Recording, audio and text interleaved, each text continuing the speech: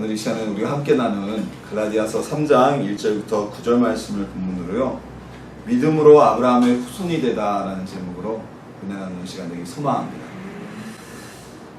지금 미국의 대통령인 트럼프가 여러가지 정책들과 여러가지 행동으로 인해서 전 세계 뉴스의 이슈가 되고 있습니다. 그 중에 가장 큰 축 중에 하나는 바로 반이민 정책입니다.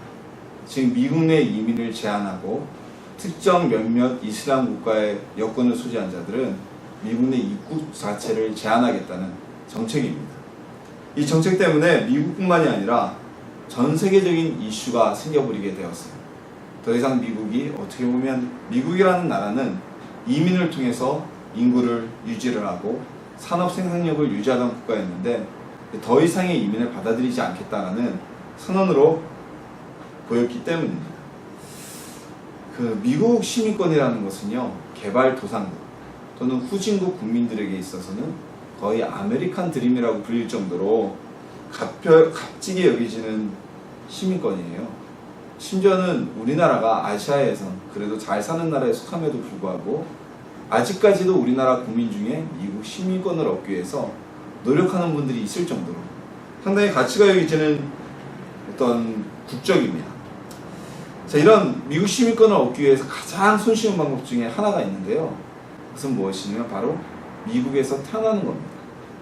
미국이라는 나라는 속지주의 정책을 펴고 있기 때문에 미국에서 태어난 아이는 그 부모가 미국의 시민권자든지 또는 영주권자든지 아니면 잠시 체류하고 떠나는 여행객이든지 심지어는 그 아이의 부모가 불법 체류자라고 할지라도 그 아이는 미국의 시민으로, 국민으로 인정하고 시민권을 발급하게 됩니다. 이것이 미국 시민권을 얻는 가장 쉬운 방법이었기 때문에 불과 몇 해 전만 하더라도 우리나라의 부유층들은 아이를 미국에 가서 출산하고 오는 편법을 행하기까지 했습니다. 자, 반면 우리나라는요, 이민에 있어서는 상당히 제한이 많은 국가 중에 하나입니다.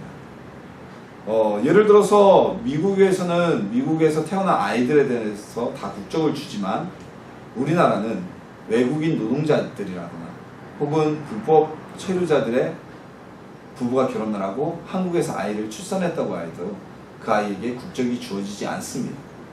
심지어는 한국인 남편과 결혼한 외국인 여성에 대해서도 즉시 국적이 발급되지가 않습니다. 특히 외국인 부모에게서 태어난 아이들, 한국에서 태어난 아이들은요, 보면 외모는 부모를 따라서 외국인이에요. 근데 그 아이들은 고향도 한국이고 말도 우리나라 아이들과 똑같이 합니다. 한국이 이상하게 해요. 심지어는 자신의 부모의 나라인 모국어보다 한국어를 더 아주 뛰어나게 잘합니다. 하지만 이 아이들은 한국의 국민으로, 대한민국의 국민으로 인정되지도 않고요. 심지어는 이 아이들은 교육의 혜택도 받을 수가 없습니다. 우리나라의 교육에 있어서 의무교육제이기 때문에 대한민국 국민이 아니고선 교육을 받을 기회가 주어지지 않아요. 건강보험 같은 혜택이 주어지지 않으면 당연한 겁니다. 한국에서 태어났지만, 한국이 고향이지만, 우리말을 전혀 의사소통에 어려움 없이 잘하지만, 이 아이들이 대한민국의 국민이 되기 위해서는 일정한 절차를 밟아서 귀화 신청을 하고 귀화한 이후에야 국적을 얻을 수가 있습니다. 우리가 예수님을 믿으면 신분의 변화가 생기는데요, 하나님의 자녀가 되고 또한 그걸 통해 하늘나라의 시민이 되었다는 것이 우리 신분의 가장 큰 변화입니다. 그러면 우리 하나님의 백성들은, 하나님의 자녀들은 어떻게 해서 하늘나라의 시민권을 얻게 되었을까요? 무슨 권한으로 우리가 하늘나라의 시민이라고 이야기할까요? 그리고 우리가 하나님의 자녀이며 하늘나라의 시민, 국민이 되었다는 것을 어떻게 알 수가 있을까요? 우리 오늘 본문을 나누면서 이 질문대의 답을 찾는 시간이 되기를 주님의 이름으로 소망합니다. 오늘 본문에서요, 하나님은 사도 바울을 통해 이 갈라디아 교회 성도들에게 첫 마디를 이렇게 던지십니다. 어리석은 갈라디아 사람들아. 왜 바울은 갈라디아 사람들, 즉 갈라디아 성도들에게 어리석다고 이야기를 하였을까요? 자, 이들은 자신의 구원받았음을 확신하지 못했기 때문입니다. 자기가 예수님을 믿는다고 하지만 구원을 받았는지, 아직 구원을 받지 못했는지 확신하지 못했기 때문이에요. 자신들이 하늘나라의 백성이 되고 하느님 나라의 시민이 되고 그리고 하나님의 자녀로 신분이 바뀌었다는 사실을 확신하지 못하고 있었던 겁니다. 그래서 구원받았다는 믿음이 자꾸 흔들리게 되었고요. 그리고 그들을 유혹하는 율법주의자의 세력에 마음이 흔들리게 되었습니다. 자, 우리가 하나님의 자녀가 되고 우리가 구원받았다는 증거가 무엇이 있을까요? 그럼 어떻게 그것을 알 수가 있을까요? 그 첫 번째 증거로요, 오늘 본문은 너희가 성령을 어떻게 받았느냐라고 질문하고 있습니다. 자, 성령님을 만나셨습니까? 성령님의 임재를 확신하십니까? 자, 성령님이 임재하지 않았다면 누구도 예수님을 믿을 수 없고 이 자리에 나와서 예배드릴 수가 없습니다. TV에서는 지금 재밌는 프로 많이 합니다. 야구 중계를 합니다. 저도 개인적으로 스포츠 중계를 굉장히 좋아합니다. 하지만 제가 그걸 포기하고 왜 예배를 드릴까요? 주님이 나의 구주가 되심을 믿기 때문입니다. 왜 웃으세요? 구원받지 않았다면, 성령이 안 계신다면 이제는 나와 예배드릴 필요 없어요. 빨리 TV 봐서 드라마 보고 야구를 봐야죠. 우리가 예수 그리스도를 주로 시인할 수 있는 것은 성령이 그와 함께 하셨기 때문에 누구든지 성령이 아니고선 그리스도를 주시라 할 수 없다고 성경에 기록되어 있습니다. 즉 우리가 예수님을 구주로 믿을 수 있고 예배드릴 수 있다는 사실이 우리 가운데 성령이 함께 하신다는 증거입니다. 꼭 우리가 무슨 방언을 해야지, 아니면 무슨 성령을 보는 무슨 환상을 체험한다든지 입신을 한다든지 이런 체험이 있어야 성령이 임하는 게 아니거든요. 우리가 주님을 믿을 수 있으면 바로 성령님을 체험하게 되는 겁니다. 자, 그럼 우리 한번 돌아볼까요? 우리가 어떻게 성령님을 우리 가운데 모셔드리게 됐을까요? 성령님이 우리에게 어떻게 임재하시게 됐을까요? 불교에서는요, 3000배를 하면, 3000번의 절을 하면 부처가 그의 소원을 들어준다 라는 얘기를 합니다. 민간 신앙에서는요, 새벽마다 목욕을 하고 사발에 정화수를 떠놓고 북두칠성을 향해서 소원을 빌면 그 소원이 이루어진다고 합니다. 힌두교에서는요, 요가로 마음을 다스릴 때 그의 안에 신이 임재하게 되고 신과 그와 하나가 되는 합일에 이르게 된다고 합니다. 자, 그렇다면 우리가 성령님을 만날 때 우리는 어떻게 만났을까요? 성령님을 만나기 위해서 금식해야 됩니다. 또는 성기순례 갔다 와야 됩니다. 아니면 성령의 임재를 받기 위해선 성경을 한 번은 다 통독해야 됩니다. 라는 우리의 행위의 조건이 있었을까요? 전혀 없었죠. 조건이 있었다면 딱 하나, 곧 회개해야 된다는, 회개로 우리의 마음을 깨끗해야 된다는 조건밖에 없었습니다. 근데 이 회개도요, 어떤 행위의 모습이 아니었어요. 우리가 죄를 용서받기 위해서 고행을 한다든지 금식을 하는 것이 아니라 마음으로 예수님이 나의 죄를 용서해 주실 것을 믿고 고백하는 것, 즉 믿음의 행위에 의해서 회개가 이어지게 되고 그때 성령님이 우리 가운데 임재하시게 된 겁니다. 자, 이 성령님이 영접한 것은, 우리 가운데 성령이 임재하신 것은 방금 전 나눴다시피 이건 믿음을 통해 일어난 사건입니다. 예수님이 하나님의 아들이시고 그분이 나의 죄를 대신해서 십자가에 달려 죽으시고 부활하셨다는 사실, 그 사실을 믿을 때 일어나는 것이 바로 성령님이 임재하시는 사건입니다. 그런데 율법주의자는요, 이 모든 것이 행위를 거치지 않고서는 이루어질 수 없는 일이라고 주장했습니다. 갈라디아 교회의 성도들은 너희가 아무리 믿음을 가져도, 너희가 아무리 회개를 해도 너희가 그 회개에 따른 행위와 율법에 따른 행위를 하지 않으면 너희는 구원받을 수 없다, 너희는 하늘나라의 시민이 될 수 없다고 이야기하고 있었던 것입니다. 오늘날에도 우리 가운데, 그리스도인들 가운데 구원에 대해서 행위를 강조하는 이들이 있다면 그들은 바른 신앙이 아닙니다. 바른 조건이 아닙니다. 구원은요, 오로지 믿음에 의한 것입니다. 구원은요, 행위로 이루어지는 것이 아닙니다. 성령님이 함께 하시는 모든 이는 구원을 받은 존재들입니다. 우리가 예수님을 구주로 영접할 수 있고 주님께 나와 예배드리는 것이 기쁘고 우리의 마음속에 범죄했을 때 하나님의 음성이 들린다면 그는 성령님이 함께 하시고 이미 구원받은 존재라는 것입니다. 우리의 삶의 열매가 완벽하지 못했다고 할지라도 그것이 구원의 조건에 들어가지는 않는다는 것입니다. 이 갈라디아 성도들은 이 사실을 잊고 있었습니다.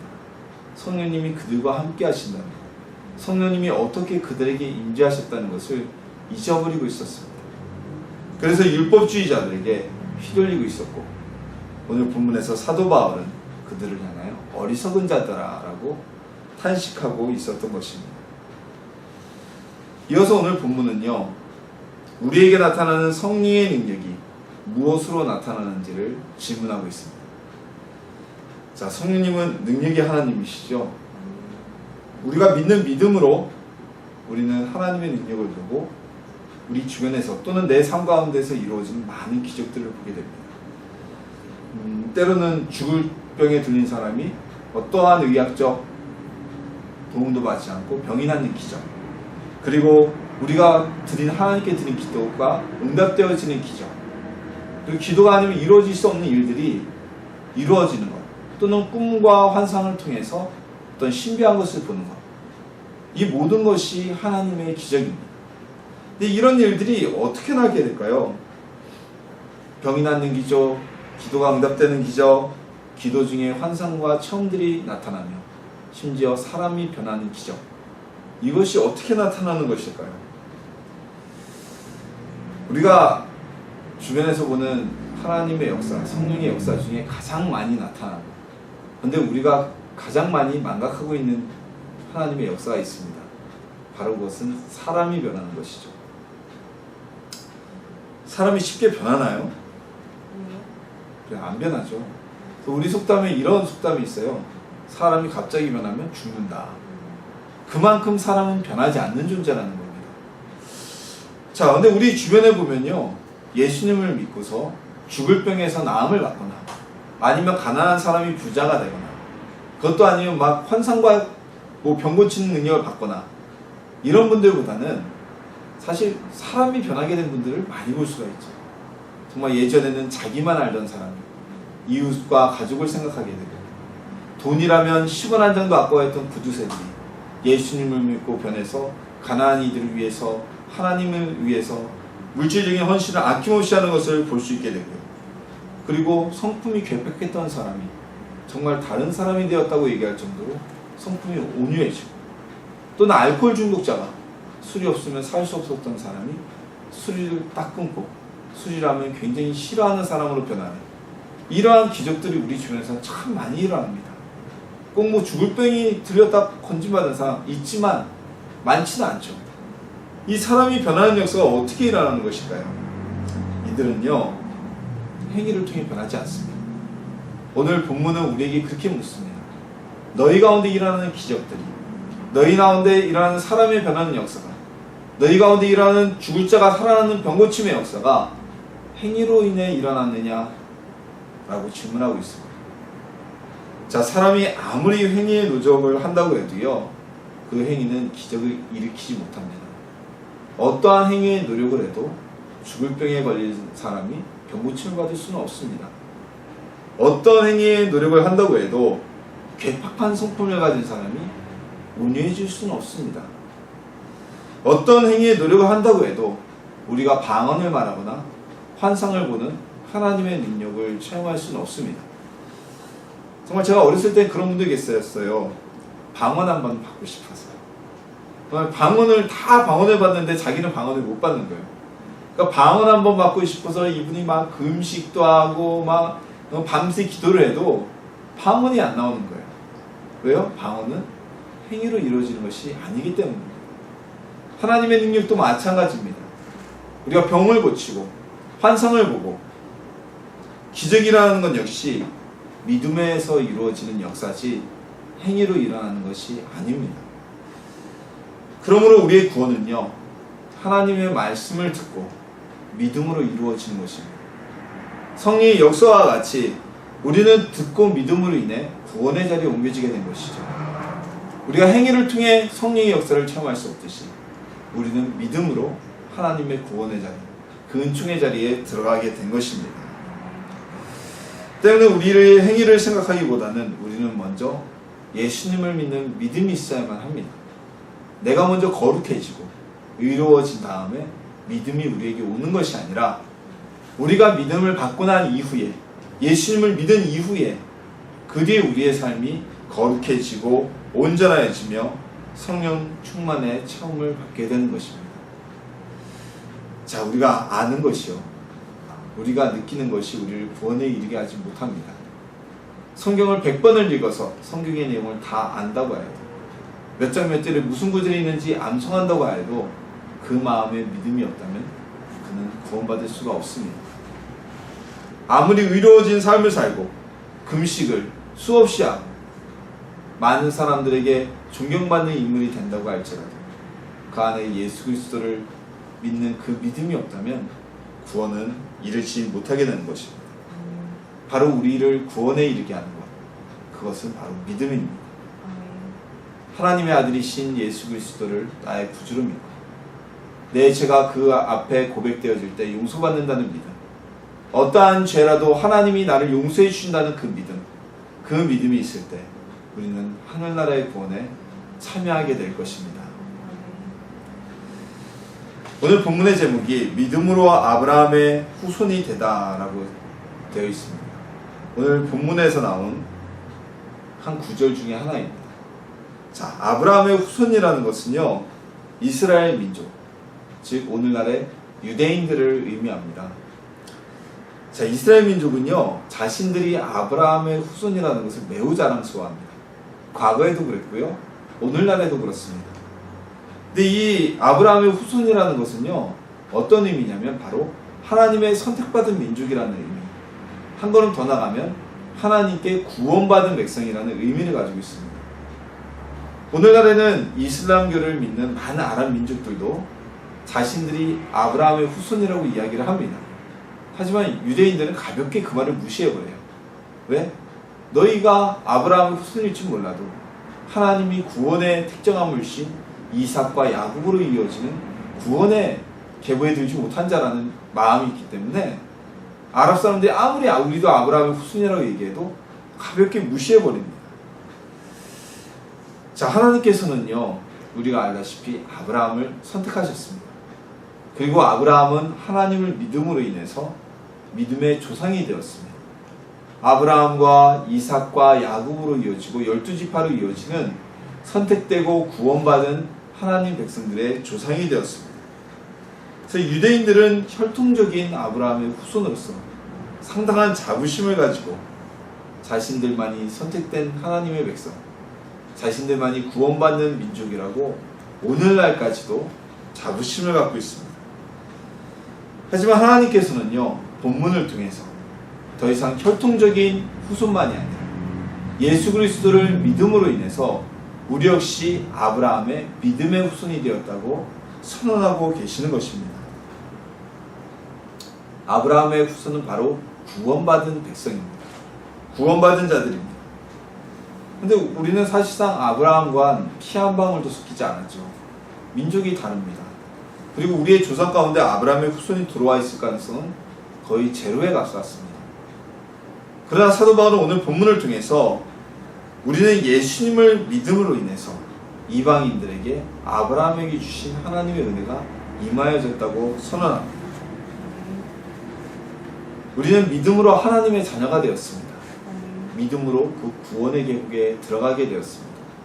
믿음으로 선택받은 하나님의 백성 안에 들어가게 된 것입니다. 그것은 어떤 믿음의 조상인 아브라함에게 혈통적으로나 유전적으로나 연결되어 있음이 아니라 오로지 믿음으로, 예수님을 믿음으로 주어진 은혜입니다. 오늘 본문은 혈통적인 유대인만이 구원을 얻는 것이 아니라고 말씀하고 있습니다. 본문 8절에 보면요, 또 하나님이 이방을 믿음으로 말미암아 의로 정하실 것을 성경이 미리 알고 먼저 아브라함에게 복음을 전하되 모든 이방인이 너로 말미암아 복을 받으리라 하였느니라고 증언하고 있습니다. 그래서 우리는 믿음으로 아브라함의 후손이 된 것이고요, 이 율법주의를 주장하는 유대인들에게 우리만이, 유대인만이 아브라함의 후손이 아니라고 반론을 제기하고 있는 것입니다. 오늘 본문 갈라디아서뿐만이 아니라 히브리서 11장에 보면 구약의 많은 사건들이 믿음을 통해 이루어진 기적이라고 히브리서의 기자는 이야기하고 있습니다. 아벨이 하나님께 가인보다 의로운 제사를 드린 것도, 그리고 아브라함이 이삭을 하나님께 바칠 수 있었던 것도, 그리고 모세가 이스라엘 백성을 구원한 것도, 그 모든 것이 하나님에 대한 믿음을 통해 이루어진 일이라고 고백하고 있습니다. 아브라함이 믿음의 조상이 된 것은요, 하나님을 최초로 믿고 따랐기 때문입니다. 창세기에 많은 인물들이 나오지만 하나님의 말씀을 믿고 그대로 행했던 인물은 거의 아브라함이 최초죠. 물론 노아 역시 하나님이 세상을 멸하시겠다는 말씀을 듣고 그 말씀을 믿고 방주를 지어서 구원을 받았습니다. 그 이후의 시대에 많은 이들이 있었지만 아브라함은 사실 하나님을 알지 못하던 사람이었어요. 노아는 그래도 하나님을 알던 사람이고 아브라함은 하나님을 모르던 사람입니다. 그는 갈대아 우르에 살던 사람입니다. 오늘날 고고학적으로 밝혀진 갈대아 우르를 보면 바벨탑과 같이 높은 어떤 탑들이 있고요. 그 지방은 우상이 아주 많이 섬김을 받았던 굉장히 번창한 도시 중에 하나였다고 합니다. 그곳에 살던 아브라함에게 하나님이 나타나셨어요. 그리고 내가 너를 모든 하늘의 묵별과 같이 바다의 모래와 같은 자신의 조상으로 세울 것이다. 내가 너를 통하여 모든 민족에게 복을 줄 것이다. 복의 근원으로 삼을 것이다 라고 말씀하셨습니다. 근데 아브라함은요, 한 번도 듣도 보도 못한 신이 나타나서 이야기하는데 그 말에 네 알겠습니다 라고 믿고 순종하고 나갑니다. 자신의 가족을 떠나갑니다. 알지 못하는 땅으로 갑니다. 언어가 통하지 않는 곳으로 나가게 됩니다. 그래서 아브라함은 하나님께서 자신에게 하실 일을 믿었기 때문입니다. 그래서 아브라함은 우리에게 믿음의 조상이 되었고 그 믿음을 통해 많은 이들에게 복을 주는 복의 근원이 되게 되었던 것입니다. 이제 우리는 믿음으로 아브라함의 후손이 되었습니다. 그래서 우리 역시 복의 근원이 되었습니다. 우리를 통하여 세상에 하나님의 복에 전해지기를, 우리를 통해 우리 가족이, 우리 지역이, 우리나라가 복을 받게 하는 복의 근원이 된 것입니다. 아브라함의 후손이 된 그 백성들에게 주어진 축복입니다. 이 모든 축복은요, 믿음이 있을 때 이루어지는 것입니다. 믿음을 통해서 우리는 아브라함의 후손이 되어지고 믿음을 통해서 우리는 복의 근원이 되어지는 것입니다. 우리가 아브라함의 후손이 된다고 해서요, 우리가 이스라엘 민족으로 귀화를 하거나 아니면 우리가 유태인이 된다는 말이 아닙니다. 혈통적인 것이 아니라, 민족적인 것이 아니라 믿음으로 주어지는 하나님의 복을 이야기합니다. 아브라함처럼 믿음으로 축복받고 아브라함처럼 믿음으로 기적을 체험하고 그리고 아브라함처럼 구원을 받게 된다는 의미가 담겨져 있는 말입니다. 믿음으로 구원받은 하나님의 백성된 우리 성도님들, 그리고 우리들, 믿음으로 주님이 주신 천국을 누리는 하나님의 자녀가 되기를 예수님의 이름으로 소망합니다. 믿음은요, 우리를 구원에 이르게 하는 조건입니다. 가장 큰 조건입니다. 우리는 예수님을 믿고 구원받음으로 인해 하늘나라의 시민이 되었습니다. 그리고 우리가 구원받았으면 내 안에 성령님이 계십니다. 내가 예수님을 하나님의 아들로 믿음으로 통해서 증명될 수 있습니다. 구원파라는 이단은요, 사람들을 현혹시킬 때 이렇게 했습니다. 찾아와서 당신 구원받았습니까? 라고 물어봅니다. 그 말에 쭈삣쭈삣 대답 못하는 사람에게 또 한 번의 공격을 합니다. 당신이 몇 월 며칠 몇 시에 구원받았습니까? 우리의 구원의 날짜가 그렇게 확정될 수가 있나요? 우리의 구원의 날짜는 예수 그리스도가 내 마음에 믿어지는 그 순간이었습니다. 대부분의 사람은 그걸 기억하는 사람이 없습니다. 하지만 지금도 내 안에서 예수님이 믿어진다면, 하나님의 자녀로 믿어진다면 의심하지 마십시오. 그런 성도님들은 모두 다 구원받은 백성입니다. 그것이 하늘나라의 시민권의 징표입니다. 성령님은요, 우리의 행위의 노력이 아닌 믿음으로 우리 안에 내주하고 계십니다. 그리고 많은 성령님의 역사하심은 우리의 행위가 아닌 믿음으로 우리에게 나타나고 있습니다. 병을 고치는 것, 사람이 변하는 것, 그리고 있을 수 없는 기적들이 나타나는 초자연적인 형상들, 이 모든 것은 믿음을 통해 이루어진 은혜입니다. 우리는 구원을 받기 위해서 금식을 하거나, 구원을 받기 위해서 성기 순례를 하거나, 구원을 받기 위해서 금욕적인 생활을 함으로써 구원이 우리에게 임재하지 않았습니다. 중세기의 카톨릭 시대, 암흑 시대에는 실질적으로 그랬어요. 마틴 루터가 종교개혁을 일으킨 가장 큰 이유 중에 하나는, 당시 카톨릭 시대에는, 중세 시대에는 죄를 지은 사람은 그 죄를 씻기 위해서 회개만 할 뿐이 아니라 그에 따른 합당한 행위를 해야 됐습니다. 큰 죄를 지었다면 예루살렘까지 갔다 오는 성지 순례의 고난의 길을 걸어갔다 와야 했습니다. 작은 죄를 지었다면 성전 앞에 계단을 무릎으로 걸어 올라갔다. 그리고 오늘날 굉장히 유명한 그 순례 코스가 있어요. 카톨릭의 유럽을 통해서 스페인의 그 끝까지 가는, 제가 이름이 굉장히 생각나지 않는데 상당히 유명한 순례 코스입니다. 그 코스가 생기게 된 이유 중에 하나도 자신의 죄를 깨끗하게 용서함을 받기 위해서 걸어갔다 오는 길이었기 때문에 그 순례 코스가 유명했던 겁니다. 예루살렘까지 올 수 없었기 때문에. 그러나 오늘날 우리는 그렇지 않습니다. 행위가 수반되는 용서는 없습니다. 행위가 수반되는 구원은 없습니다. 우리의 구원은 오로지 믿음으로 인해서 주어지는 겁니다. 우리의 행위는, 회개에 대한 조건의 행위는 우리의 범죄로 인하여 누군가에게 피해를 끼쳤거나 아니 누군가에게 손해를 끼친 것, 그것을 보상하기 위해, 피해를 보상해 주기 위한 부분이지 우리가 구원을 얻기 위해서 하는 역할은 아니라는 것이죠. 완전한 행위는 믿음을 통한 고백과 사람에 대한 용서를 구할 때 이루어지기 때문입니다. 행위로 구원을 얻고자 하며 행위가 믿음으로부터 앞서지게 된다면 그 사람은 구원과는 멀어진 사람입니다. 내가 노력해서 기도 많이 하고요, 내가 노력해서 금식을 많이 하고요, 내가 노력해서 성경을 많이 읽는다고 구원받는 게 아닙니다. 오로지 예수님을 믿기 때문에 우리는 구원 가운데 이를 수가 있습니다. 행위가 우리를 구원하게 하는 것이 아니고요, 나의 거룩한 삶이 나를 구원하게 하는 것이 아니고요, 믿음이 우리를 구원하고 믿음을 통해 우리는 거룩한 삶을 살게 되는 것입니다. 오늘 본문을 말씀합니다. 아브라함의 후손이 된 것은 믿음 때문이라고 이야기합니다.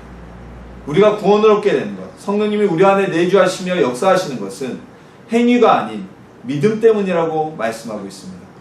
그걸 모르는 자들은 어리석은 자들이라고 오늘 본문은 우리에게 말씀하고 있습니다.